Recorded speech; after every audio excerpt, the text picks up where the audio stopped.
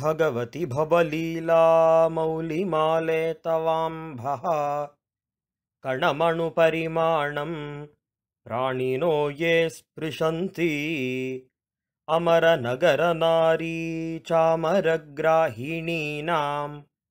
विगतकलिकलङ्कातङ्कमङ्के लुठन्ति ब्रह्माण्डं खण्डयन्ति हरशिरसि जटावल्लिमुल्लासयन्ति स्वर्लोकादापतन्ति कनकगिरिगुहागण्डशैलात् स्खलन्ति क्षोणीपृष्ठे लुठन्ति दुरितचयचमूनिर्भरं भर्त्सयन्ति पाथोधिं पूरयन्ति सुरनगरसरित्पावनी नः पुनातु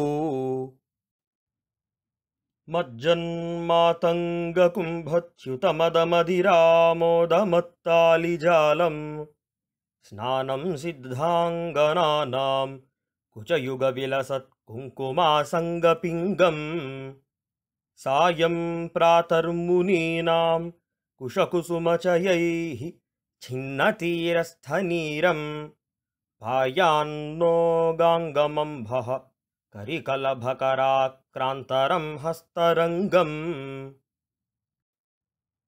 आदावादिपितामहस्य नियमव्यापारपात्रे जलं पश्चात्पन्नगशायिनो भगवतः पादोदकं पावनम् भूयः शम्भुजटाविभूषणमणिर्जह्नोर्महर्षेरियं कन्याकल्मषनाशिनी भगवती भागीरथी पातु माम् शैलेन्द्रादवतारिणी निजजले मज्जज्जनोत्तारिणी पारावारविहारिणी भवभयश्रेणी समुत्सारिणी शेषाहेरनुकारिणी हरशिरो वल्लीदलाकारिणी काशीप्रान्तविहारिणी विजयते गङ्गामनोहारिणी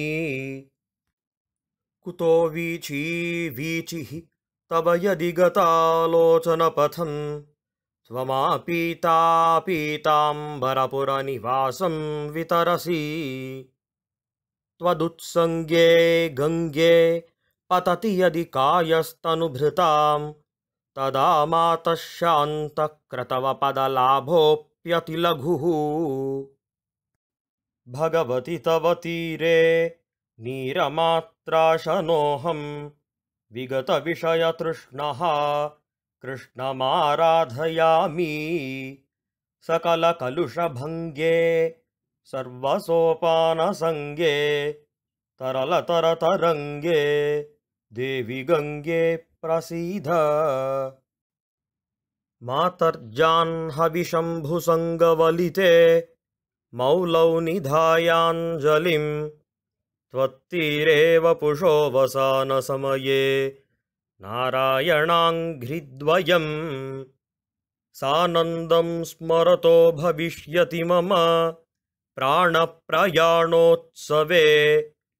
भूयाद्भक्तिरविच्युता हरिहराद्वैतात्मिका शाश्वती गङ्गाष्टकमिदं पुण्यं यः पठेत् प्रयतो नरः सर्वपापविनिर्मुक्तः विष्णुलोकं स गच्छति।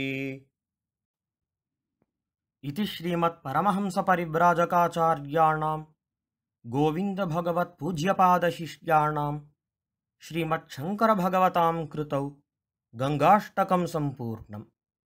कृष्ण हरे राम राम राम हरे हरे हरे कृष्ण कृष्ण कृष्ण हरे हरे हरे राम राम राम हरे हरे कृष्ण कृष्ण हरे हरे हरे राम राम राम हरे हरे हरे कृष्ण कृष्ण कृष्ण हरे हरे हरे राम राम राम हरे हरे हरे कृष्ण कृष्ण कृष्ण हरे पुंडलीक वरदाहरी विठ्ठल श्री ज्ञानदेव तुकाराम अवधूत चिंतन श्री गुरुदेव दत्त भगवान गोपाल कृष्ण महाराज भगवान श्रीधर स्वामी महाराज की जय गंगा मैया की जय जय जय रघुवीर समर्थ ओम पूर्णमिदं पूर्णात् पूर्णमुदच्यते पूर्णस्य पूर्णमादाय पूर्णमेवावशिष्यते नमः शान्ताय दिव्याय सत्यधर्मस्वरूपिणे स्वानन्दामृततृप्ताय श्रीधराय नमो नमः कृष्णाय वासुदेवाय हरे परमात्मने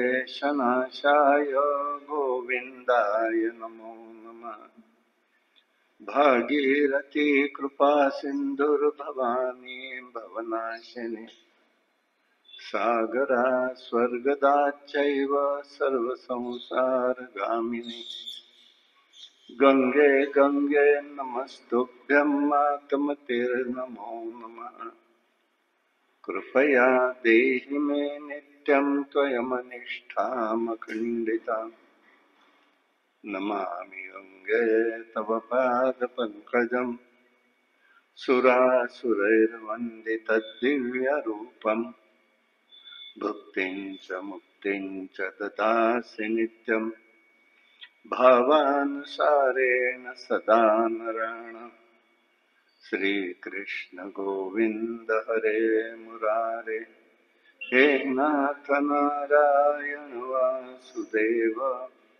प्रद्युम्न दामोदर विश्वनाथ मुकुन्द विष्णोर्भगवन् नमस्ते गंगा मैया की जय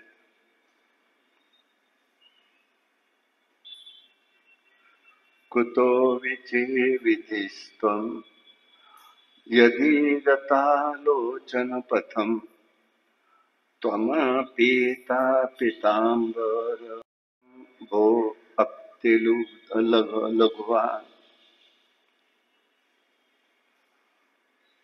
पुढच्या श्लोकामध्ये जगद्गुरु असं सांगतायत हे माते तुझ्या पाण्याच्या तरंगावर चुकून जरी दृष्टी पडली तरी पाप शिल्लक राहत नाही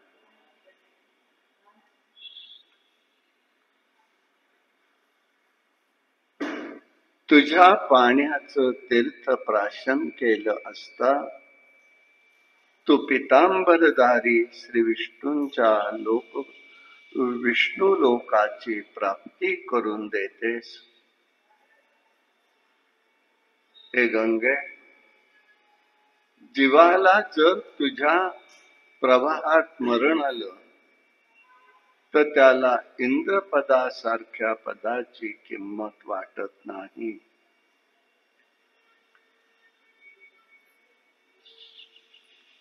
कालच आपण बघितलं होतं भगवती गंगेला विजयश्री म्हटलेलं होतं ती विजयाची स्वामिनी आहे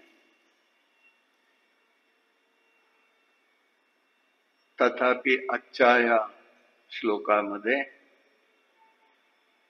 आचार्य म्हणतायत गंगेचं सामर्थ्य काय आहे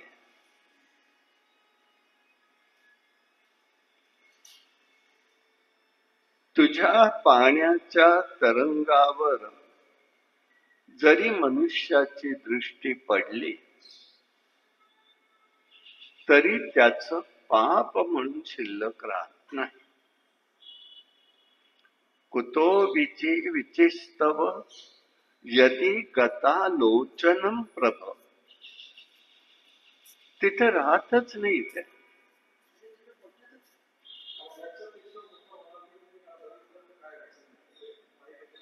दुसरं असं आहे, तुझं पाणी प्राशन केलं तीर्थ म्हणून, तरी तू त्याला पितांबरधारी विष्णू लोकास घेऊन जाते, म्हणजे विष्णू लोकास प्राप्त करते. त्वमापीता पितांबर पुरनिवासिनम वितरसी, ते त्या ठिकाणी तू त्याला विष्णू लोकालाही घेऊन जातेस.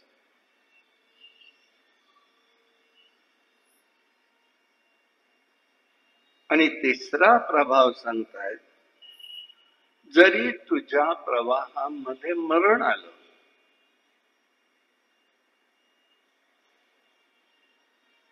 तर तुझ्या संघामध्ये, सहवासामध्ये इंद्रपद सुद्धा तुच्छ वाटायला लागतं.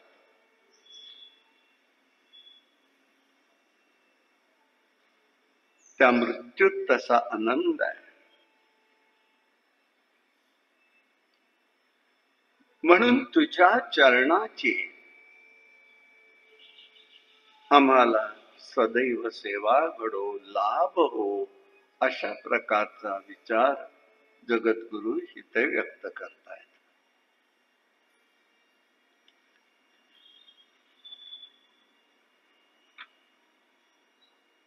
पण मग इथे प्रश्न असा आहे, पहिल्याच याच्यात प्रश्न म्हणजे विचार, की तुझं दर्शन जरी झालं तरी सुद्धा पाप शिल्लक राहत नाही. मग कोणतं पाप? पण आलाच आहे ना प्रश्न, पाप कशाला म्हणायचं? शास्त्रकार सांगतात, कोणतं महत्वाचं पाप होतं माणसाकडून? दुसऱ्याला दुःख देण्याचं पाप हे होत असत. ते आपल्याला वाटत नाही मी ते दुःख देतोय, हे त्याच्यात एक फार वेगळेपण आहे. बघा, माझं बरोबर आहे, मी करते ते बरोबरच आहे. आम्ही कसं बोलून मोकळे होतो. तुम्हाला काय वाटतंय ते तुम्ही बघा, आमच्या मनात काही नाही. अरे पण दुसऱ्याच्या मनाचा विचार कराल का नाही? शास्त्रकार म्हणतात, परपीडया, ते फार मोठं पातक आहे.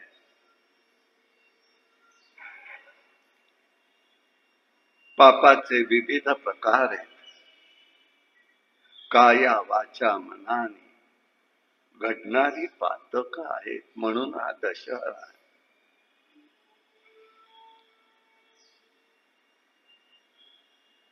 पण मग पापाची उत्पत्ती का होते?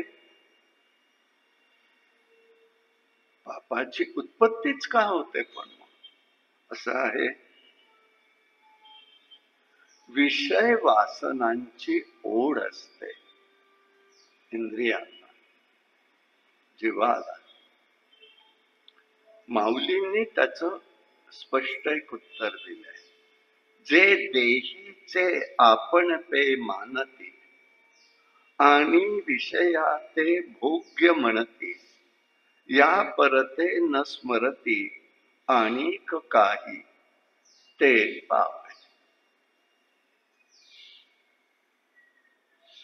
काय म्हणणार? देहबुद्धी असणं हे एक पाप आहे. विषय हेच माझ्यासाठीच आहे, ते एक पाप आहे. मी ते भोगले पाहिजे, इंद्रियांची इच्छा आहे. म्हणून काल एक विषय आपण पाहिला, की इंद्रिय संयमन असलं पाहिजे, गीतेमध्ये दिलेलं आहे भगवंताने. आणि आत्मसंयमनामध्ये मन, बुद्धी, चित्त चित्तामध्ये काय होतं, महत्वाची गोष्ट आहे. इंद्रिय संयमन घडू शकेल कदाचित, नाही मी करणार की नाही केलं जाणार, पण मनाबुद्धीत चित्तात असतं ते कसं घालवणार? आणि ते गेलं नसेल तर ते पुन्हा शिल्लकच राहतंय. बघा, आपला विचार करून बघा, हे फार अवघड होऊन बसतं. म्हणून देवानी गीतेमध्ये 2 भाग केलेत. इंद्रिय संयमनाला 3ऱ्या अध्यायात मिथ्याचार म्हटलेलं आहे. बघा, मी त्या संकल्पनेमध्ये आता पुस्तकात लिहिलंय, प्रकाशन होईल की तिथे त्यांनी स्पष्ट केलेलं आहे, मिथ्याचार हा फुकटचाच आचार करण्यासारखं वाग, पण मनामध्ये असतं ते. म्हणून काल उदाहरण दिलं तुम्हाला की सगळ्यात घातक इंद्रिय कोणतं असेल तर डोळे.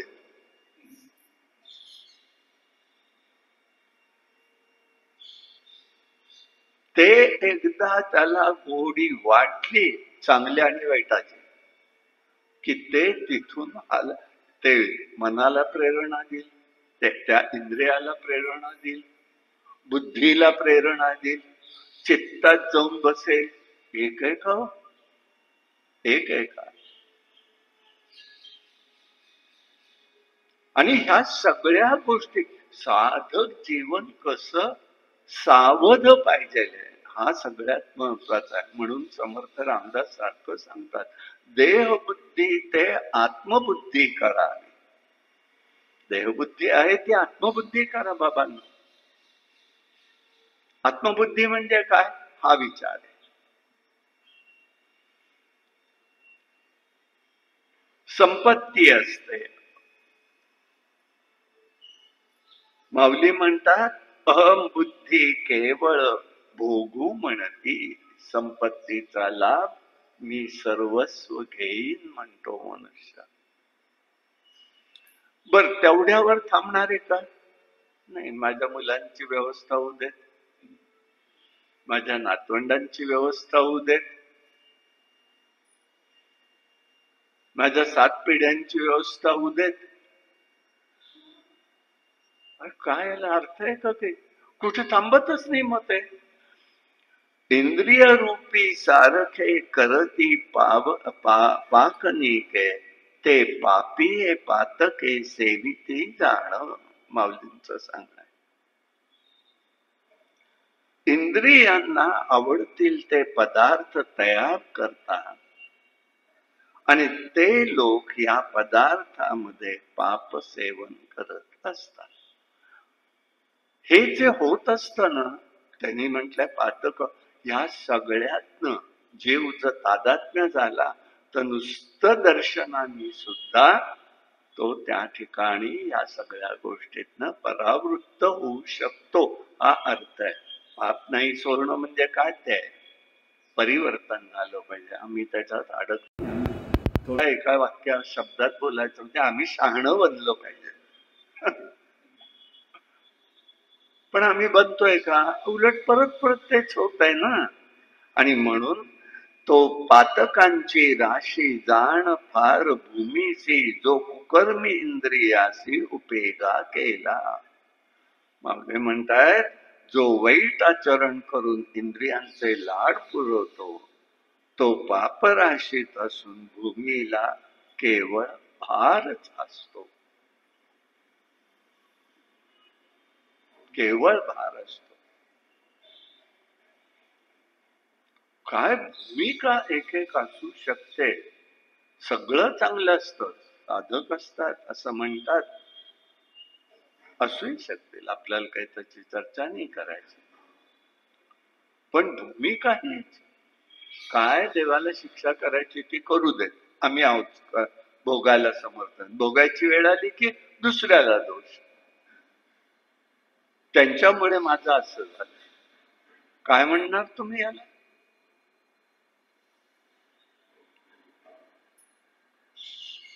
आणि म्हणून आपण काय करायला पाहिजे यासाठी तुकाराम महाराज आपल्याला फार छान सांगतात. पडिले वळण, इंद्रिया सकळ भाव तो निराळा, पांडुरंग पांडुरंग ध्यानी, पांडुरंग मनी जाग्रत स्वप्नी पांडुरंग.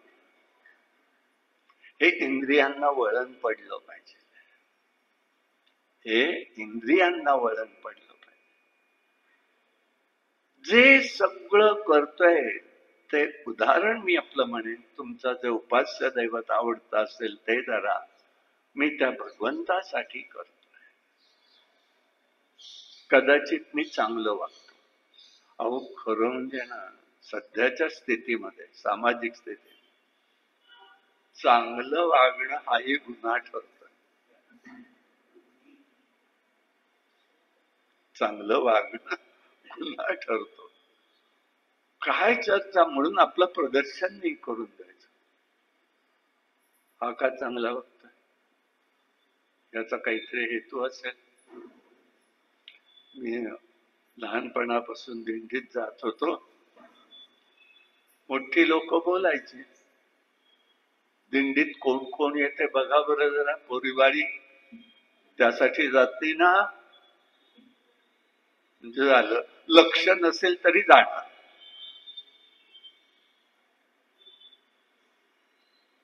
नक्की काय करतो, हे काय वेळ आहे, या वयात जाण्याची गोष्ट आहे. अहो काय नाही, मला ऐकायला लागलं, पुष्कळ ऐकायला लागलं. पण ते ऐकून मी त्याच्यात वाहत गेलो असतो ना, तर मी आतापर्यंत नसतो टिकलो. मला वाटतं ती त्याची कृपा आहे. त्यांनी माझा हात सोडला, त्यांनी माझा हात सोडला. आम्हाला पहिल्यांदा शाळेमधनं आमची पणजी घेऊन गेली होती, मला लहान असताना, आत्याबाई पणजी, आळंदीला. आईची आजी, तिचा जरा आमच्याकडे लोभ होता.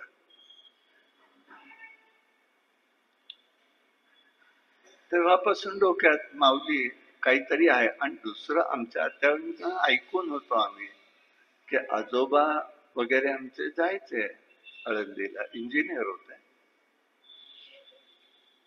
त्यांनी तो होळकर ब्रिज बांधला, त्याची फॅक्टरी बांधली, जुनं इंजिनिअरिंग कॉलेज बांधलं. त्यांच्या कारकिर्दीत झालंय ते सगळं. तो होळकरांच्याकडे ब्रिटिश गव्हर्नमेंट आलं, पैसा नाही आम्हाला तुम्हाला द्यायला, ठीक आहे मी उभा करतो म्हणाले. सुरुवात केली आणि होळकरांना गाठलं.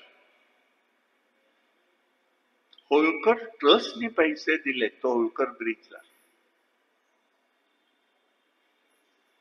आणि ज्या वेळेला तो 100 वर्ष झाली, त्यावेळेला आमच्या घरी पत्र आलं लंडनहून की ह्या ब्रिजला आता 100 वर्ष झालेली आहेत, तुम्ही त्याची व्यवस्था करा, आता तो दुसरा तरी करा, नाही त्याची डागडुजी करा.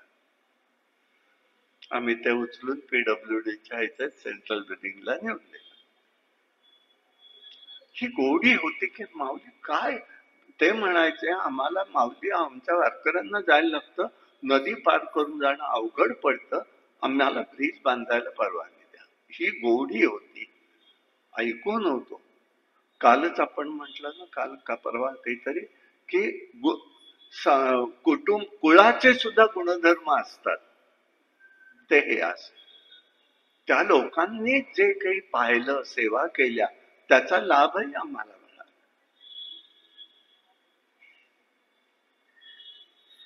आणि मग त्यांनी केलं काय तिथे, ते केलं तिथे. मग आम्हाला शाळेतनं नेलं होतं एकदा, आळंदीची ट्रिप.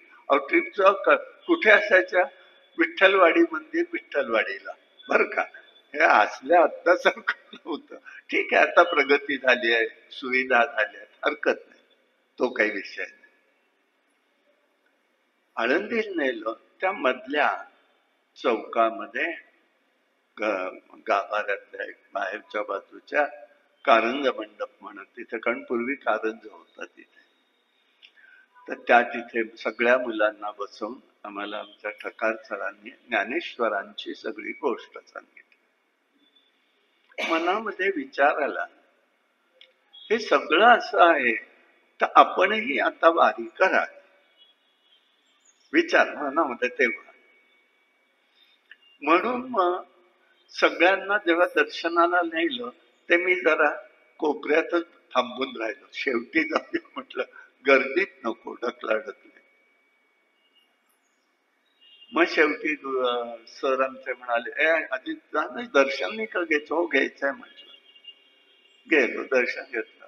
आणि मला छान त्या वेळेला काय झालं गोष्ट, गर्दी कमी होती, आत्तासारखं नव्हतं. छान मिठी मारता आली समाधीला आणि म्हटलं, माऊली मला पण वारी करायची आहे, घाल का हो तुमच्या बरोबर? ते माऊलींनी पुरं केलं. नुसतंच नाही तर 50 वर्ष, 49 वर्ष पूर्ण झाली, 50वं वर्ष सुरू झालं वारीचं. म्हणजे तर तो विश्वस्त पदही माऊलींनी दिलं. अगदी जवळ बसून सगळ्या गोष्टी करता आल्या. हे जे आहे हे त्या ठिकाणी ते म्हणतात. हे त्या ठिकाणचं म्हणजे मी माझ्या मनाचा विचार केला, इतकी वर्ष माझं पूर्वजन्मीच असलेलं पातक, म्हणजे आजही मी काही मोकळा झालोय असं म्हणत नाही, पण असलेलं कमी झालं असेल म्हणून माऊलींनी जवळ केलं. हे त्यावेळेला घडत असतं. आणि म्हणून हे त्या ठिकाणचं आपल्याला काय बघायचंय हे ठरवता आलं पाहिजे. जो वाईट आचरण करतात, इंद्रियांचे लाड पुरवतात, त्या पापाच्या राशी होत जातात. आपण तरी लपती सर्वस्वी पाप चुकविती, तरी बलात्कारे सुरुजती तयासी माझी. जयाचे जीवे घेती विवसे, तेची जडोनी जाणी जीवेशी, चुकविती जे गिवसी तयाती. आपण स्वतः पातकांना चुकवण्याचा प्रयत्न करू नये.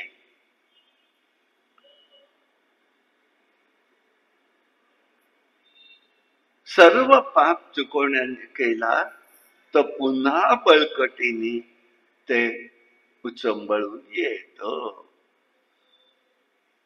म्हणून ते चुकवण्याचा प्रयत्न करू नये. पण त्या काळात आपण भगवत सान्निध्यात राहावं, म्हणजे ते पापभोग आपल्याला सुसह्य होत. भगवत सान्निध्यात राहावं. पण नेमकं आपलं कसं होतं बघा, सगळ्यांच होत. काय कुठला भोग आलाय वाट्याला कोणास देवाला कोणी सापडलंच नाही का? मीच तेवढा सापडलो का? हे कुठलं, इतकी का पाप मी केलीत? म्हणजे दोष कोणाला देतो आम्ही? काळाला. काळ कोण आहे? कालात्म श्रीहरी आहे. श्रीहरी असताना आम्ही दोष कोणाला दिला? भगवंताला दिला. कर्म आमचं, दोष भगवंताला. हे पुन्हा पाडलं जे ते म्हणतात ते दुप्पट वेगाने येतं, ते असं येतं. ह्याची समज लक्षात घेतली पाहिजे. येऊ दे, आलंय ना. आणि या गोष्टीसाठी मला वारंवार नाथांचा शब्द फार स्पर्श करतो मनाला. जैसी स्थिती आहे तैसा परिमीर आहे, कौतुक ते पाहे संचिताचे. जशी स्थिती असेल तसं मी बघ राहीन, असेल ते भोग भोगेन, पण मला तुझं सान्निध्य हवं. हा जो भाव आहे त्याच्या मनापासून मग आपोआप काय होतं? मनापासून त्या गोष्टींचा कंटाळा येतो. पुन्हा अंतःकरण भगवंतापाशी चिकटलं जात. नाही तर काय होतं, कुठे जाशील माझ्या भोगा, पुन्हा तेच ते वाट्याला येत जात. म्हणून अर्जुनाने गीतेत विचारलेलं आहे, अथ केन प्रयुक्तयम पापम चरन्ति पुरुषः अनिच्छन्नामी वाष्णेय बलो बलादीव तिथं अर्जुन विचारतो, हे कृष्णा, मग स्वतःची इच्छा नसताना जणू काही बलात्काराने करावयास लावल्याप्रमाणे हा जीव कोणत्या प्रेरणेने पाप आचरण करतो. असं आहे. दोन गोष्टी महत्वाच्या आहेत. दोन गोष्टी देवाने गीतेमध्ये त्याचा उलगडा केलेला आहे. बुद्धियोगम ददाम्य आणि बुद्धी कर्मानुसार मी बुद्धी देतो आणि बुद्धी कर्मानुसार मी सांगितलेलं आहे, तुम्हालाच ते करायचंय, मी काय करू. आणि जसं कर्म घडलं असतं ना, तशीच बुद्धी कर्माला प्रेरणा देत राहते तशी तो. आणि मग आपणच म्हणतो, बघा काय माझ्या मनात नव्हतं हे गोष्ट करावी, पण केली गेली बाबा, असं कसं झालं.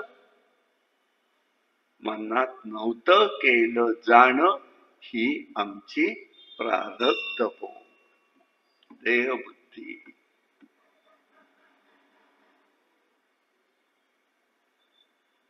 बुद्धियोगम ददाम्यम. भगवंत असं म्हणतो, माझा जर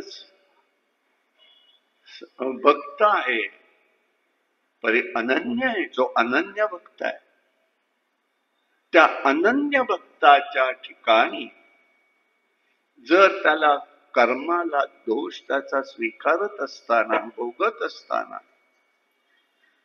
तो माझ्यापासून दूर जात असेल, तर मी त्याला दूर जाऊन देत नाही, पण भोग भोगायला लावतो.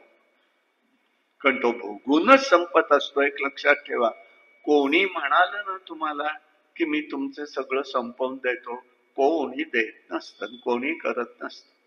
भगवंत सुद्धा करत नाही. तो काय करतो, त्यात तुम्हाला सहाय्य करत असतो, भोगण्याला सहाय्य करत असतो. तो सगळं प्राप्त करून देतो, पण ते सहन करण्याची शक्ती देतो. म्हणून आमची कुंती माता फक्त म्हणते, विपतू दे सदा, तू फक्त मला संकटच दे बाबा, प्रारब्ध कर्मही कमी होईल आणि त्या निमित्ताने तू माझं रक्षण करशील. म्हणजे बुद्धी योगम ददाम्य, मी बुद्धी देतो त्याला तशी. हे त्याच्यात कळलं पाहिजे. आणि म्हणून त्यांनी सांगितलं, बाबा ते असं होतं, मन डोळच असून कळत नाही, अंध असूनही कळत नाही. धर्म आहे, कर्तव्य आहे, हक्क आहे, त्यांना कळतं, ज्ञान होतं, पण संघाचा मग त्याग करतात ते ज्ञान. दर्शन हेळा मात्र, किंवा गंगेच्या तरंगाचं जरी दर्शन घडलं तरी काय होतं, ते हे होतं. आणि म्हणून कर्म करायला लावतं. पाप अनंत प्रकारचं आहे, कर्मही गती देत असतं. दर्शनाने मुक्त म्हणजे काय, दर्शनाने मुक्त होणं म्हणजे काय. आपल्याकडे उदाहरणं अनेक आहेत. वाल्याचा वाल्मिकी ऋषी झाले, फक्त रामावर झालं का हो, रामनामावर नाही. नारदांची कृपा, नारदांनी प्रेरणा दिली, राम नाम म्हण. काय बदल झाला, वाल्मिकी ऋषी स्वरूप प्राप्त झालं, वंदनीय झालं, अजरामर झाले. रामायणासारखं काव्य त्यांच्या हातून घडलं. आणि म्हणून जगात वृत्तीत बदल घडतो. पश्चातापाच्या अश्रूंनी माणूस सुधारला पाहिजे, तर तो पश्चाताप आहे. प्रायश्चित्त घेऊन होत नाही. प्राय म्हणजे पाप, चित्त म्हणजे शोधन, म्हणजे पापाचं शोधन, निवृत्तीकरण. असं होत नसतं. आणि म्हणून भगवंतापासून दूर राहणं याचंच नाव पाप आहे. साधी एक व्याख्या. भगवंतापासून दूर राहणं म्हणजे पाप कर्म केल्यासारखं. म्हणून नारद भक्ती सूत्रामध्ये भक्तीतलं सूत्र सांगतायत नारदजी. काम क्रोध मोह स्मृतिभ्रंश बुद्धिनाश सर्वनाश कारणत्वा. 44व सूत्र आहे. नारदांनी भक्ती सूत्रात सांगतायत काम क्रोध मोह स्मृतिभ्रंश बुद्धिनाश कृतज्ञपरायण हे सर्व नाशाचं कारण आहे. ते म्हणजे पाप कर्म. बुद्धिनाश म्हणजे काय? इथे बुद्धिनाश म्हणजे देवाचं विस्मरण. देवाचं विस्मरण होणं. आणि म्हणून ना की नाही, अजून एक खूण, मी त्यातल्या खुणा सांगतोय. मी काही त्यातला तज्ञ आहे असं म्हणत नाही, पण एक खुणा सांगतो की प्रत्येक गोष्ट करताना मनामध्ये एवढाच विचार असावा, घरात असो बाहेर असो, माझं मी जे काही करतोय त्या भगवंत पाहतोय, साक्षीदार आहे तो बर का, तेव्हा मला जपून केलं पाहिजे. म्हणून आमचे तुकाराम महाराज सांगतात, कोण्याही जीवाचा न घडो मत्सर वर्म सर्वेश्वर पूजनाचे. कोण्याही जीवाचा मत्सर घडू नये, तेच भगवंताचं पूजन आहे. विचार करण्यासारखी गोष्ट आहे. भक्ताचा कर्मावरचा ताबा सुटता कामा नये. तो सुटणं म्हणजे काय? कसा सुटायला नकोय? तो माझा साक्षीदार आहे, तो मला पाहतोय, तो माझ्या मागे. म्हणून गरुड पुराणात एक गोष्ट सांगितली की ते म्हणतायत, यमधर्माने प्रत्येक जीवाच्या मागे श्रावक नावाचे 2 लोक ठेवलेली आहेत. जीव आहे प्रत्येक जीवाच्या मागे. आणि तुम्ही जे काही करता ते दोघं जण नोंद करत असतात, पाहत असतात. तुम्हाला सांगत नाही ते करा, करू नका. हे बघा, जय विजयाची गोष्ट तर माहिती आहे. त्यानं सनकादिक कुमारांना भागवतातली, मी आता अगदी खोलात जात नाही, वरचा भाग सांगतो. सनकादिक कुमारांना त्यांना शाप दिला. देवांनी काय विचार केला खरा म्हणजे? आणि हे आपल्या व्यवहारातही घडतं बघा. तो माझ्या जवळचा आहे, तो माझ्याकडे इतके वर्ष सेवा करतोय, मग मी त्याला कसं बोलायचं? मालकाची सुद्धा कशी अडचण होते बघा, त्याला मी कसं बोलायचं? म्हणून सनकादिक कुमारांना मनातल्या मनात म्हणाले, बरं झालं तुम्हीच शाप दिला, त्यांचा तरी गर्व उतरेल. पण कनवाळू पण कसं आहे, त्यांनी ऋषींना सांगितलं 3 जन्म झाले की ते पुन्हा वैकुंठात येतील, अशी व्यवस्था करा म्हणजे झालं. म्हणजे ही कृपा केली का शापाला अनुमोदन दिलं? विचार करा. बुद्धी योगम ददामि, बुद्धी देतो, प्रेरणा देतो. पापकर्म केले त्याच्यातनं निस्तरून जाऊन सुटका करून दिली नाही, पण देवाने काय केलं?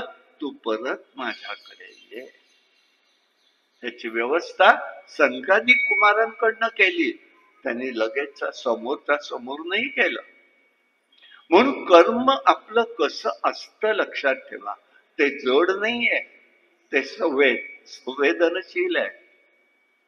आपण आता निरनिराळ्या कचेरीमध्ये काम करत असतो, सगळेच जण निरनिराळ्या कुठे ना कुठे तरी, अगदी घरातलं सुद्धा असेल, येणाऱ्या माणसाचं तर ही लोक काम करतात त्यावेळेला. कोण वेळेला येतं, कोण टाइमपास करतं, कोण कामातली लबाडी करतं, हे सगळं ओळखून असतात. पण आता काय झालंय, प्रमोशन द्यायची वेळ आली की प्रश्न काय पडतो, कायदा आडवा आलेला आहे. तुम्हाला काम येवो न येवो, आरक्षण दिलं पाहिजे. तरी त्या माणसाला असं वाटत असतं, म्हणजे एक शब्द वापरतो बॉसला, की अरे हा इतका माणूस छान काम करतोय, सगळं बघतोय, सगळं करतोय, ऑफिस सांभाळतोय, पण मी तो केवळ अमक्या कॅटेगरीचा आहे म्हणून मी त्याला देऊ शकत नाही. आता कसं करू मी, हा विचार करतो.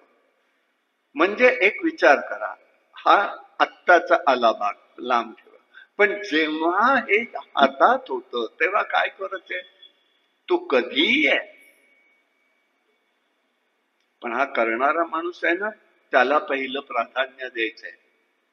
का, हा असं काम करणारा आहे, म्हणजे कर्मसंस्कार करतं का नाही.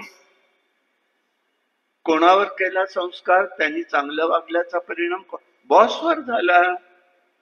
कधी येत नाही, कधी मला टाळत नाही, तो त्या ठिकाणी वेळेला काम करतो. काम कसं करतो याला महत्व आहे,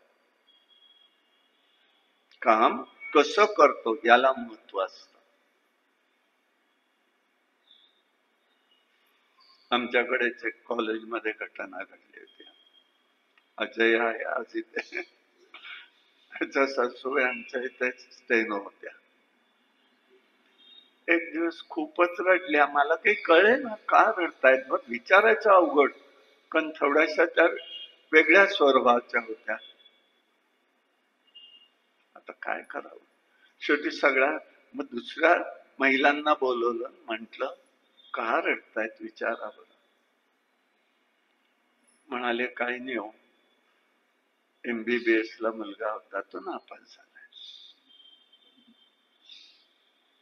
म्हणून शांतपणे दुपारच्या वेळेला मी शेवटी बोलून विचार, म्हटलं काय झालं, किती विषयात गेला काय, कारण नुकताच आमच्या विद्यापीठात मीटिंग झाल्या होत्या आणि ग्रेसिंग मार्क हा एक प्रकार असतो, नियम आहे. त्या नियमाचा मला काही उपयोग केलाय का नाही, झालाय का नाही, होतोय की नाही बघायचं. केला असेल तर इलाज नाही, आपल्याला काही करता येणार नाही.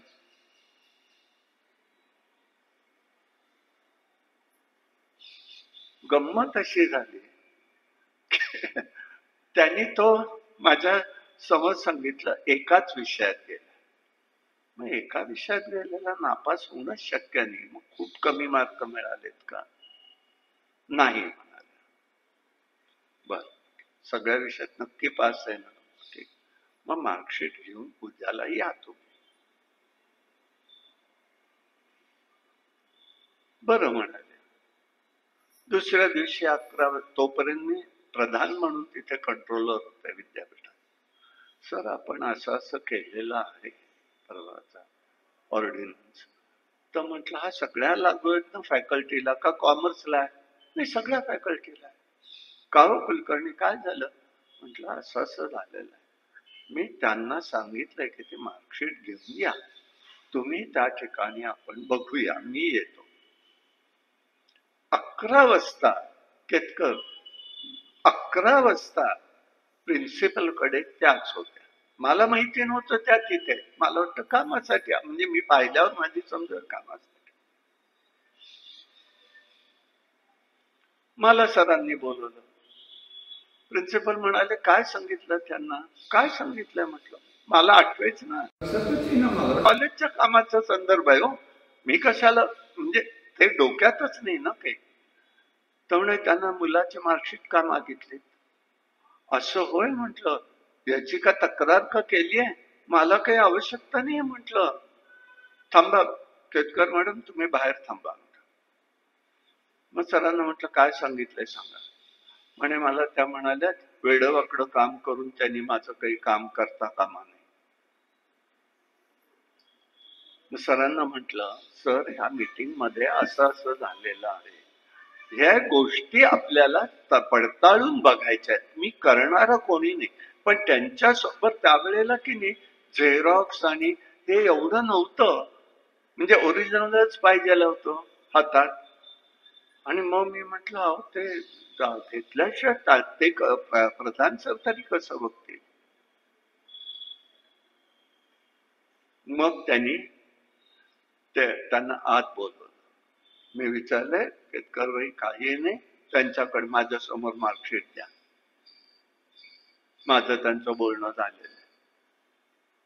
बर, मी समजा आधीच सांगितलं आणि झालं नाही, काय परिस्थिती होईल. म्हणून मग दुपारी सरांना सांगून आधी विद्यापीठात गेलो. बसलो आम्ही. म्हटलं, प्रधान सर हे बघा बरं मार्कशीट, काढा आपला रिझल्ट शीट. काढला. म्हटलं, बघा ऑर्डिनन्स लावलाय का तिथे या विद्यार्थ्यांना. तर त्या बाईंना बोलवलं. लेले नावाच्या बाई होत्या, म्हणजे गोवर्धनचे लेले जे आहेत त्यांच्यापैकी एक होत्या. त्या तिथे बघत, अगो बाई विसरलेच म्हणाले ते लावायला.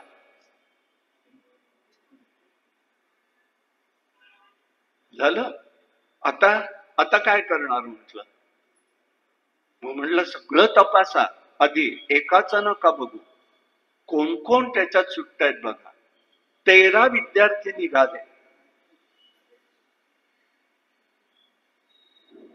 13 विद्यार्थी निघाले, पास म्हणून डिक्लेअर केलं. त्यांच्या मार्कशीट मागून घेतल्या, यालाही नवीन मार्कशीट करून दिली आणि त्यांच्या ताब्यात दिली. सरांनाच सांगून हे बघा सर, ऑर्डिनन्स यांनी लावायचा राहिला होता, मी काहीही वेगळं केलं नाही, ऑर्डिनन्स लिहिलंय मार्कशीटवर. संशय काय, करतायत काय आणि माणसं वागतात कशी.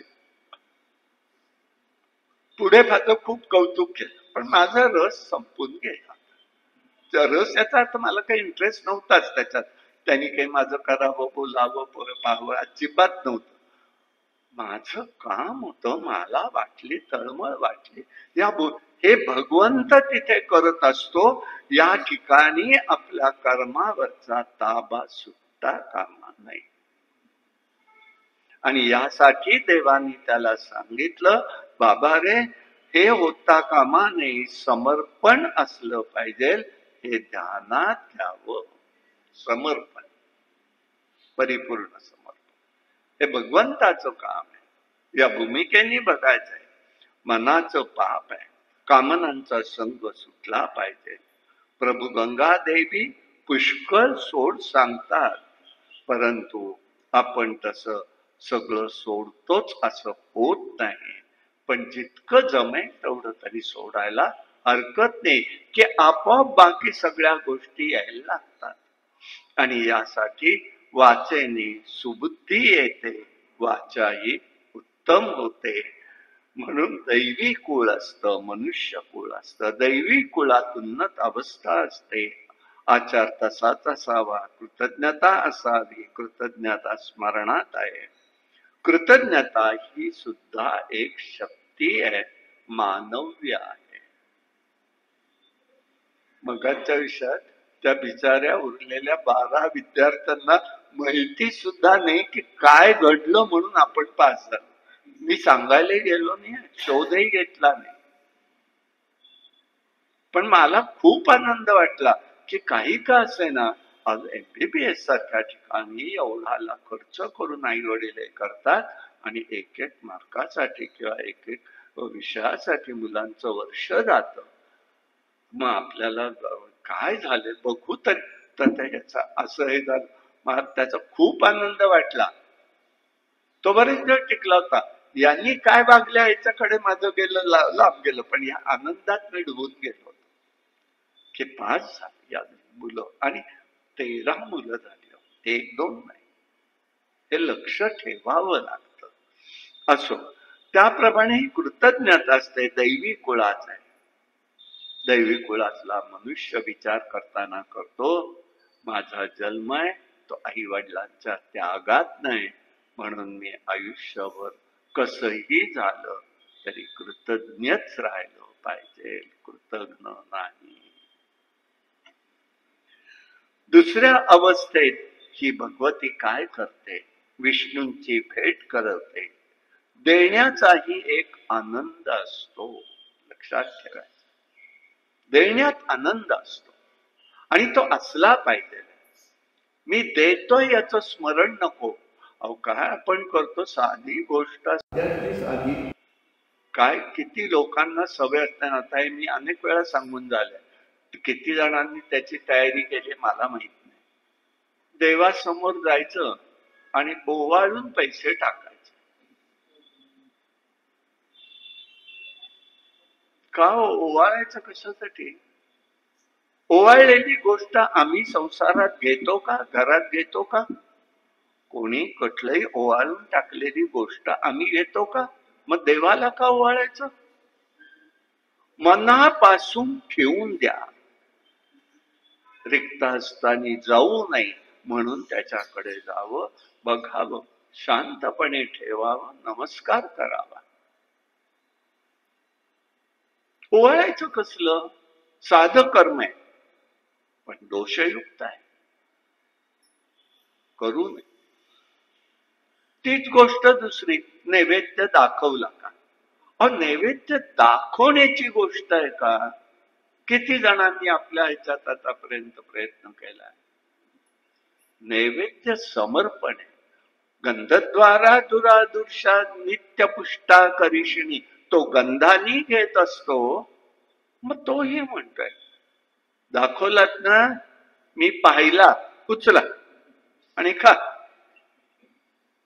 नाही, असं करू नये. आमच्या बोलण्यातनं सुद्धा तो भाव जागृत झाला पाहिजे का नको? की देवा मी तुला समर्पण केले, तू घे. आता तू घेतलास की मी घेणार आहे. हे आमचं कर्म पाहिजे. देवाला आचार्यांना हे सांगायचं आहे, कर्मामागचा अधिकार, कर्मामागची गोष्ट ही सांगायची आहे. म्हणून विष्णूंची भेट घडवते, देण्यातही आनंद आहे. वृक्षांना सुद्धा देण्यात आनंद आहे. मनुष्याला घेण्यापेक्षा देण्याचा आनंद हवाय. भौतिक आणि वैश्विक आनंदही तसाच आहे. गंमत बघायची आहे कशी असते आपली. आपण देवाला अत्तर लावतो, हात घेतो, हातावरती लावतो, पण अत्तर देवाला जरी लावलं तरी गंध कशाला येतो? हाताला येतो. आपल्याही हाताला येतो ना. मग हे अत्तर मी लावतो, हे कसं असलं पाहिजे? आम्हाला पादुकांच्या वेळेला अनुभव आला, कसलेही लोक अत्तर आणून द्यायला लागले. शेवटी सांगण्यात आलं, अहो कुठलंही लावू नका बाबा, तो आगागोते पाहिजे. मग कळलं ते अल्कोहोल असतं त्या अत्तरांमध्ये. आणि मग लक्षात आलं, पादुकांवर ते अत्तर लावून झालं की नंतर त्याच्यावर रेघा पडल्यासारख्या, चिरा पडल्यासारखं होतं. संवेदनशील होता. तुम्हालाच जाणवत, आम्हाला नाही जाणवत. नसेल जाणवत. माऊलीच्या इथे मी पूजा करताना बघितलंय सोहळ्यामध्ये अत्तराच्या बाटल्या बाटल्या. एकाने कसलं ते असतो, तुमच्या अशा बाटल्या असतात त्या,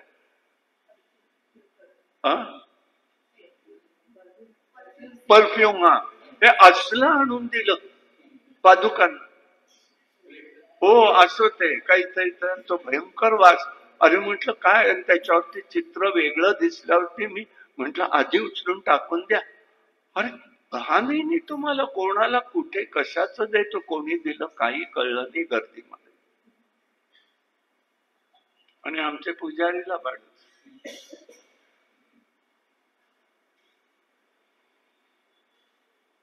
काय सांगणार पुढे?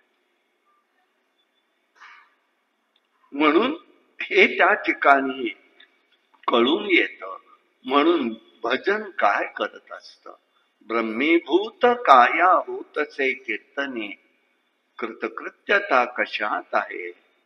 तर सगळं ओळखण्यात, समजून घेण्यात आहे. जेव्हा सद्गुरु सदाचारचा पूर्ण विकास घडतो तेव्हा देवही भगवंत भक्ताच्या अधीन होतो आणि मग हृदय बंदिखान केला हात विठ्ठल कोंबीला, ही स्थिती येते. आणि म्हणून हा देह केवळ भगवंताचा आहे, भगवंतासाठीच वापरायचा आहे. आणि म्हणून देह झाले, कोणाचे झाले? ज्ञानदेव, तुकाराम, एकनाथ, पांडुरंग शास्त्री आठवले, अनंतराव आठवले, या सगळ्यांचे देह पूजनीय झाले. आणि नुसता होत नाहीत, अत्तरासारखं त्यांचं नावही सुगंधित झालंय. दत्त महाराज, गृहणी महाराज, त्यांचं नावही सुगंधित होतं. त्यांनी जगाचं मूल्य वाढतं आणि मूल्य वाढलं की जगही सुगंधित होतं. अगदी व्यवहार बघा, अनुभव घेतला तर तसा. आपण परदेशात गेलं की तिथे पाहिल्यानंतर, तिथे इंडियात आलात ना, म्हणजे मोदींचं आहे नाही का, तुमच्याकडे कसे मोदी आहेत का? त्या माणसाने काही ना काहीतरी असं काही कर्म केलंय की विश्व सुगंधित केलेलं आहे, जग सुगंधित झालंय, जगात मूल्य वाढलेलं आहे, जगाचं मूल्य वाढलेलं आहे. अशी ही माणसं आहे आज आपल्या समोर आहे. मुक्तिनाथाला गेलो नुकतंच परवा, दामोदर कुंडन मुक्तिनाथाला. तर मुक्तिनाथाला गेल्याबरोबर तिथे काय केलं, आपली सेवा, देवाची सेवा, देवाचं देवाला, त्वदीय वस्तू गोविंद तुभ्यमेव समर्पयामि. लगेच त्यांनी विचारलं, इंडियात आलात ना? म्हटलं का? आणि असं कोणी करत नाही आमच्या इकडे, म्हणजे नेपाळमध्ये. म्हटलं काय झालं का? नाही, आत्ता दुसऱ्यांदाच असं झालंय की मोदी आले होते आणि त्यानंतर तुम्ही आलाय, ते अशा पद्धतीचं सगळं घेऊन, जे ते काय नेलं होतं ते देवाचं देवाला दिले, मी काही वेगळं केलेलं नव्हतं. काय होतं हे सांगतोय मी. आणि म्हणून आधी होता संत संग, तुका झाला पांडुरंग. एका संघातनं दुसरा संघ प्राप्त झाला आणि रंगात रंग मिसळला, ही अवस्था झाली. रूपम देही जयो देही यशो देही तुषो देही, पुत्रान देही धनम देही सर्वान कामाश देही. आपण सतत हे मागणारे आहोत. आहे का? स्तोत्रात आहे, पण आम्ही फक्त देही म्हणतो. या जगात देवाला याचक बनवणारा सुद्धा आहे, तो बलिराजा. आज शुक्राचार्यांना त्यांनी उत्तर दिलंय. आज भगवान विष्णू दारात आले, तुम्ही म्हणताय तर मी मागे फिरणार नाही, मी देणार त्याला, नक्की देणार. माझ्या पूर्वजांनी हे कुळाचं बघा, दैत्य कुळात असून सुद्धा, दैत्य कुळात असून सुद्धा बुद्धी कशी आहे. माझ्या पूर्वजांनी सुद्धा, आमच्या प्रल्हादजी आजोबांनी सुद्धा हेच केलेलं आहे. त्याची सेवा मी, माझा शब्द, मला जरी दारिद्र्य आलं तरी चालेल, पण मी शब्द फिरवणार नाही. भगवंत भेट घडवितो म्हणजे काय? तर शरीर, मन, बुद्धी, चित्त, अंतःकरण भगवंताला राहण्यासाठी शुद्ध करत असतो. तो शुद्ध करून घेतो. अंतःकरण भगवत भेट घडते. संपत्ती स्थावर जंगम असतं खरं, पण गंगा पावन गंगा आहे, संत जंगम आहे, हे लक्षात ठेवायचं. दोन प्रकारची संपत्ती आहे ना, स्थावर आणि जंगम. त्यामुळे ही पावन गंगा अशी आहे तिसऱ्या पातळीवर ते म्हणतायत इंद्रपद तुच्छ वाटतं. जोपर्यंत स्वानंदाची अनुभूती येत नाही तोपर्यंत सर्वाची ओढ असते. तेव्हा ओढ संपते तेव्हा स्वानंद प्रगट होतो. ओढ भगवत भक्तीची पाहिजे. तो करतो व्यवस्था. तो तुमची व्यवस्था करत असतो. म्हणून स्वानंदात स्वर्गाचं वैभव तुच्छ वाटतं. मरण येणं म्हणजे काय? स्थूल देहाचं अस्तित्व संपणं. स्वर्गलोक सूक्ष्म आहे, कारण देहाने भोगत असतो. मरण म्हणजे काय? तर जीवाचं जीवपण संपलं पाहिजे. त्याच्याशिवाय भगवंताचं भगवंतपण प्रगट होत नाही. तोपर्यंत भगवंताचं भगवंतपण प्रगट होत नाही. आणि म्हणून कर्मात जेव्हा भगवंताची शक्ती असते तेव्हा कर्मही भगवंताचंच घडतं. कर्मात भगवंताची शक्ती असेल म्हणजे त्याचं स्मरण असेल, ती शक्ती आहे आणि ते असेल तर ते भगवंताचं कर्म घडतं आणि त्याला म्हटलेलं आहे समर्पण. ते समर्पण आहे. जीव आणि ईश्वर परस्पर सखा आहे. जसा संग घडतो तसा अनुभव येतो. विषयाचा संग केला तर विषयाची अनुभूती येते. संत संग केला, भगवत संग केला, भगवंताच्या सान्निध्यात राहिलं, भगवत विचारात राहिलं, भगवंताचा संग घडतो. नाहीतर एक आहेच सतत वाहिल्या उद्वेग, दुःखाची केवळ भोगणे ते फळ संचिताचे. भोगणे ते फळ संचिताचे. हे त्याच्यातलं घडू शकतं आणि म्हणून आपल्याला ह्या गोष्टीतनं सावध राहायचंय. हा विचार त्यांनी इथे सांगितला. पुढे आचार्य म्हणतात, भगवती तव तीरे नीरमात्राशनोपम विगत विशल तृष्णा कृष्ण आराध्यामि सकल कलुष भंगे स्वर्ग सोपान संगे तरल तर तरंगे देवी गंगे प्रसीद. जगद्गुरु म्हणतायत, हे गंगे तुझ्या तीरावर मी केवळ पाणी पिऊन राहीन. त्यामुळे माझी सर्व विषयाची आसक्ती संपून मी भगवान कृष्णाची आराधना करीत राहीन. हे गंगा देवी, सर्व पापांना नष्ट करतेस. तुझ्या स्नानाने स्वर्ग प्राप्ती सोपी होते. अतिवेगाने पसरलेले तरंग हे गंगे असतात.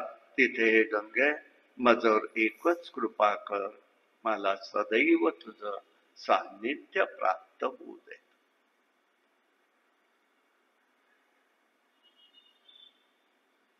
तुझ्या तीरावर मी पाणी पिऊन राहीन. त्याचा परिणाम काय त्यांनीच सांगितला, माझी विषयाची आसक्ती संपून जाईल. त्यामुळे मी भगवंताचं कृष्ण आराधना करू लागलो, कारण तो शिव अवतार आहे. म्हणून ते सांगतात मी कृष्ण आराधना करू लागलो.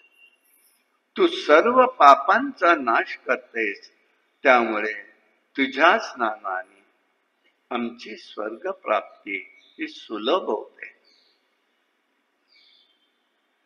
याचा आणि पाचवी गोष्ट सांगितली, अतिवेगवान पसरलेले तरंग आहेत, त्याच्यामध्ये हे गंगे मदवर तू कृपा कर.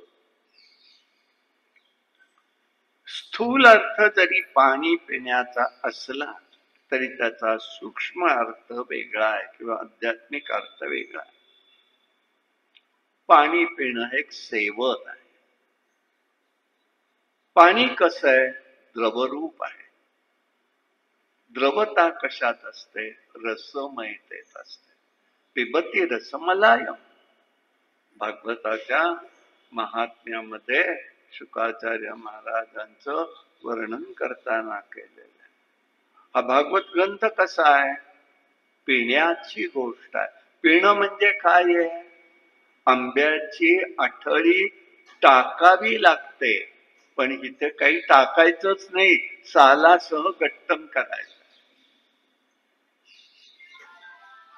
आणि म्हणून यांनी तो अर्थ सांगितलाय, पाणी कसं द्रवरूप आहे, मनुष्याचे भाव द्रवरूप असतात. गंगेचं पाणी प्राशन केलं म्हणजे द्रवरूप भावाचं ग्रहण आहे. हा भाव पाहिजे तिथे. हे कशात असतात? द्रवरूपता कशात आहे? प्रेम, निस्वार्थ, निरपेक्ष, निर्व्याज, निर्हेतुक, दया, करुणा, वात्सल्य, हे सगळं द्रव आहे. हे आमच्या ठिकाणी निर्माण झालं पाहिजे. रसमय भावानी मनुष्याने अंतर्मनामध्ये अखंड तृप्त झालं पाहिजे. मन, बुद्धी, चित्त, अंतःकरण पटलामध्ये प्रेम, दया, करुणा, वात्सल्यता वाहू लागते, तेव्हाच खरा जीवाला शांतपणा येतो. सतत योग किंवा काही करून मला येईल अजिबात नाहीये बरं का. एक लक्षात ठेवायची. दुसरी गोष्ट मी स्पष्टच सांगतो,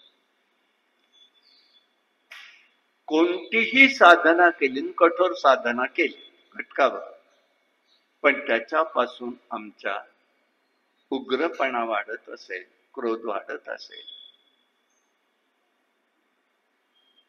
तर ते दोषयुक्त आहे हे समजावं. आणि त्याचा स्वीकार सामान्य साधकांनी करू नये. आम्हाला साधनेने तृप्ती वाटली पाहिजे. तृप्ती म्हणजे बर्वेपण. बर्वेपण म्हणजे काय? की पुन्हा आम्हाला दुसरं काही पाहण्याची गरज नसावी. तो हा विठ्ठल बरवा, तो हा माधव बरवा. बर्वे बर्वे पंढरपूर संतांनी सांगितलंय, ज्ञानदेव म्हणताय. मग बर्व म्हणजे काय? बर्व्याचा अर्थ असा आहे की आम्हाला आता दुसरं काही पाहण्याची इच्छाच नाही. इतकी तृप्ती झाली पाहिजे भगवत सेवेमध्ये. तर तिथे त्याचा फरक आहे. आणि म्हणून मनाचं मन पण विसरतं. इथे नक्की काय होतं माहितीये का? द्रवण म्हणजे काय आपल्याला सगळ्यांना माहिती आहे. म्हणजे की सेफ डिपॉझिट वॉल्ट हे बँकांमध्ये असतात. तिथे ते उघडायची पद्धत असते. त्याच्या 2 चाव्या असतात, एक मॅनेजरकडे, एक आपल्याकडे. दोघंही असल्याशिवाय उघडलं जात नाही. हे मी नॉर्मल सांगतोय. उघडलं जात. खजिना उघडायचा म्हणजे आपल्याबद्दल काय असतं, भगवंत मॅनेजर आहे आपला. भक्ती आणि कर्माची, प्रेमाची चावी आपल्याकडे. दोघही समर्थ असायला पाहिजे, ते देणारा आणि घेणारा. तर तो खजिना भक्तीचा उघडला जातो. तिथे समर्पण भावच पाहिजे, केवळ समर्पण. गंगा भगवती त्या द्रवानी मन, बुद्धी, चित्त भरून टाकते. मग त्याचा अर्थ आहे मी पाणी पितोय. ते जे म्हणतायत मी पाणी पितोय, कशाचं पाणी? तर हे पाणी पितोय. मन भरून टाकते आणि मग त्या ठिकाणी रसमयता असते. ही रसमयता मन, बुद्धी, चित्तामध्ये भरून वाहते. आणि मग जीवपण संपायला पात्र ठरतो. आणि म्हणून एक वचन कायमचं लक्षात ठेवायचंय, जीवाचं जीवपण संपल्याशिवाय भगवंताचं भगवंतपण हे प्रगट होत नाही. हा प्रसाद आहे. कृष्ण आराधना घडते आणि मग कळतं कृष्ण वंदे जगद्गुरु. दुसऱ्या पातळीवर कृष्ण आराधना घडली पाहिजे. म्हणजे काय? कृष्णात कर्षात कृष्ण वरमंते योगिना यस्मिन रामा ही एक शक्ती आहे. गंगेचं प्रतीक आहे ते. ती शंकरांच्या जटेत वास करते. याचा अर्थ ती ज्ञानपूर्ण आहे. मस्तिष्क हे आपल्याकडे ज्ञानाचं जागृत स्थान सांगितलेलं आहे. आणि म्हणून ज्ञान मस्तकाकारे, तुम्ही ज्ञानदेवांनी ते 20 श्लोक गणपतीचे लिहिलेले आहेत, त्याच्यामध्ये हे एक शब्द आहे, मस्तकाकार. ज्ञान कसं आहे तिथे. या दोन्ही मध्ये गंगा प्रवाह येतो. म्हणजे काय येतो? तर हा प्रेम प्रवाह आहे. हा प्रेम प्रवाह आहे. मनुष्याजवळ भक्ती प्रेम कसं असावं याचा अर्थ असा आहे. कसं असावं? ज्ञानपूर्ण आणि नम्रतेचं असावं. नम्रता ही वृत्ती असायला पाहिजे. ते प्रतीक म्हणून आहे. हे लक्षात ठेवायचंय. हा प्रेमप्रवाह आहे. दया, वात्सल्य, करुणा, प्रेम हे प्रवाही सहसा होत नाही. हे बघा, कोणीतरी मागायला आलं आणि 2 पैसे दिले म्हणजे मला द्रवीभूत झालो, अजिबात नाही. माझं तिथे दातृत्व वाटतं. दयावंत होणं म्हणजे काय? आमच्या द्रौपदीची 5 मुलं अश्वत्थाम्याने मारलेली आहेत. पण जेव्हा त्याला बांधून पुढे आणलंय तेव्हा आमची द्रौपदी उठते आहे, वाकून त्यालाच नमस्कार करते. का? हा द्रोणपुत्र आहे. गुरु आहेत द्रोण आमचे. त्यांचा पुत्र म्हणजे हाही गुरु आहे. काय आहे तिचं विचार? आणि लगेच सांगते मुंचते मुंचते, त्याला सोडून द्या. का? आज जे मी पुत्रशोक करते, ती गौतमी त्याची आई अजून जिवंत आहे. तिला पुत्रशोक होऊन देऊ नका. हे दयावंताचं लक्ष.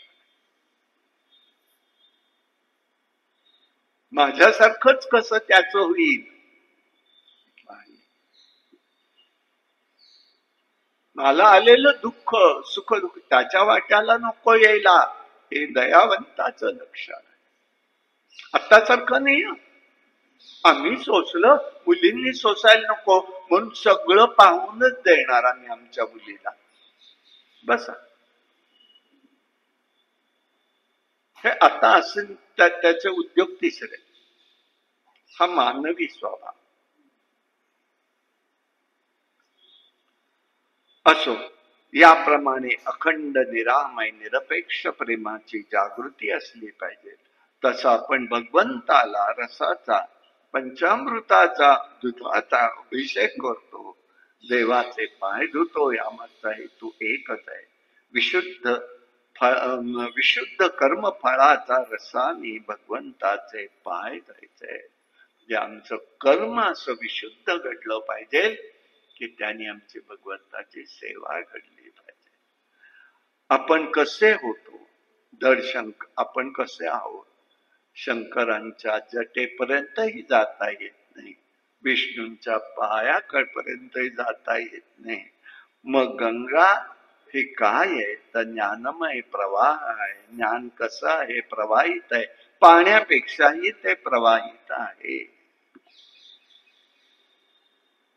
पण ते आम्हाला तिथपर्यंतही पोचता येत नाही, वरही जाता येत नाही. ही आमची न्यूनता आहे. ते आपल्याला घालवायचे आहे. का याचं स्मरण करायचंय?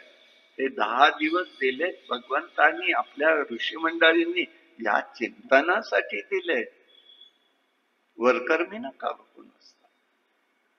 यासाठी हे आहे शंकर ज्ञानाची देवता, विष्णू भक्तीची देवता आणि दोन्ही ज्ञानोत्तर भक्तीचीच गरज आहे. यासाठी ज्ञानाने मनुष्याला जीवनात किंमत मिळते, प्रतिष्ठा मिळू शकते. कृष्ण आराधनेने मात्र त्या ठिकाणी भगवत प्रेमच मिळत.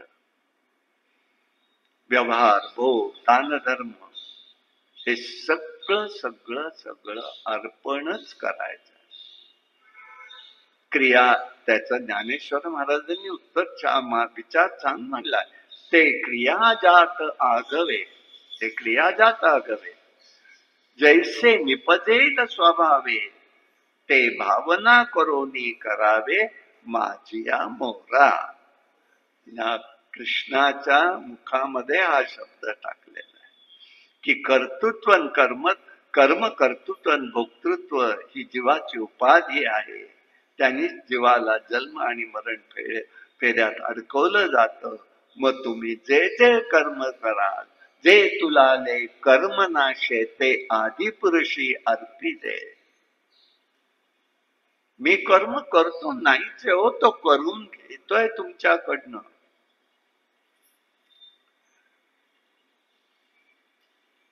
यासाठी भगवंताच्या ठिकाणी मन ठेवायचं आहे. आत्मज्ञाने चोखडी संत जे माझी रूपडी, तेथे दृष्टी पडो आवडी कामिनी जैसे. आत्मज्ञानाने पाठवलेले लोक असतात, त्यामध्ये दृष्टी केवळ प्रेमाने वेद घेतला जातो. ते आत्मज्ञान. तैसे सर्वत्र माते भजता, सर्व मी होता अहंता, सर्व तो भरलेला आहे. त्याच्यामुळे तो आम्हाला त्याच रूपामध्ये, त्या स्थितीमध्ये त्याला मला अनुभवायचा आहे. म्हणून आचार्य म्हणतात, या ठिकाणी जर काही असेल तर सकल कलुष भंगे, स्वर्ग सोपान संगे, तरल तर तरंगे, देवी गंगे प्रसिद्ध. हे भगवती गंगे, तो आमच्यावर सदैव प्रसन्न राहावे. भगवत प्रेम आम्हाला प्राप्त होऊ दे.